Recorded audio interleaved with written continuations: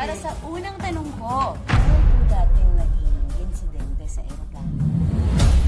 Perwisyo ang mahigit 170 pasahero nagdesisyon ng piloto na ibalik ang eroplano sa NAIA para pababain ang aktres na si Melissa Mendez. Okay po ba sa inyong ikwento ngayon yon kung ano ang anggulo ninyo? Wag na. Kailangan niyo pong kainin yung isa kung gano'n. Oo, kakainin. Oo, kakainin yung isa. Start na? Opo! Naalala niyo po ba first time yung matikman ng isa? Hindi na, tagal na. Talaga? Kamusta? Sarap. Masarap yung pagluto ng isaw? Sarap kahit wala yung ano, walang sausawan. Hindi buhay ng pangalawa. Oh.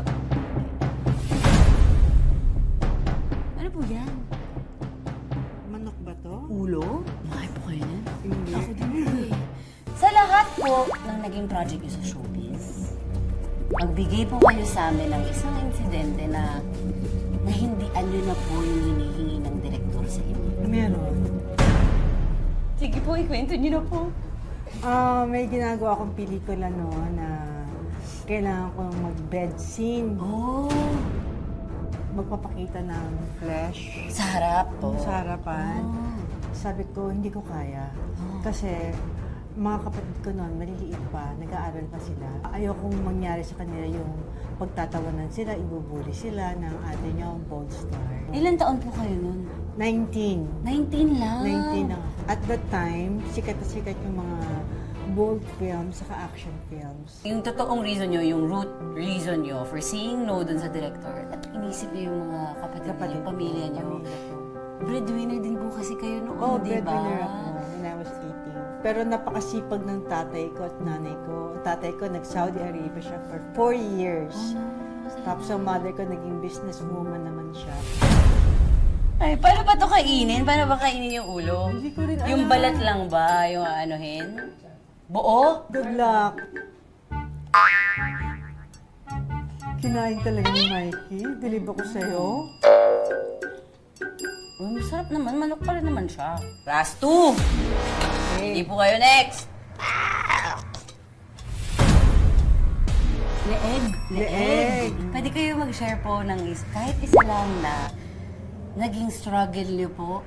Tapos, sinamahan niya kayong pagdaanan yun at ma-overcome yun. Yung sa sa incident na yun sa aeroplano, masyado akong nagkaroon ako ng depression. Oh. Tapos, ayaw akong lumabas. Kasi I was thinking na baka maniwala sila sa mga sinabi ng kalaban ko na lasinggera ako. Tapos yun, nagkademandahan kami, dinimanda niya ako. umabot po Dinimanda sa ko rin kaso. siya. Pero wala, na-dismiss. Hindi din umabot sa court? Hindi na. Hindi na. During that time, talagang I was devastated. Umiiyak na lang ako bigla-bigla. And I would call my mom and my dad to come over here to comfort me, ganyan. And yung prayers talaga. Aside from God, I sought the help of a professional. Ah, talaga po. Nakatulong talaga. Nakatulong talaga. Thank you po for opening You're up and welcome. sharing that. At dahil magaling si Miss Melissa sumagot, kakain na naman ako. Masarap ang leg, paborito ni Susan niya. Gusto niyo po? Tigisa tayo. Sige, Sabayan sige. niyo na ako. Sabayan kita. Cheers! Cheers! Masarap nga kasi mabalat. Masarap. Last question na po tayo. Okay. Okay, last na po. Pili na kayo. Dalawa na lang yan.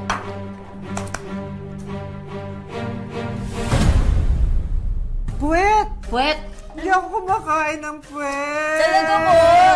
Naku. Asawa ko, paborito yan. Oh? Hihirapan ko kasi hindi gusto ni Miss Melissa tong puwet. Okay! Yan. Tita, sa lahat po ng nakatrabaho niyong artista, sino ang ayaw niyo ng makatrabaho ulit? At bakit?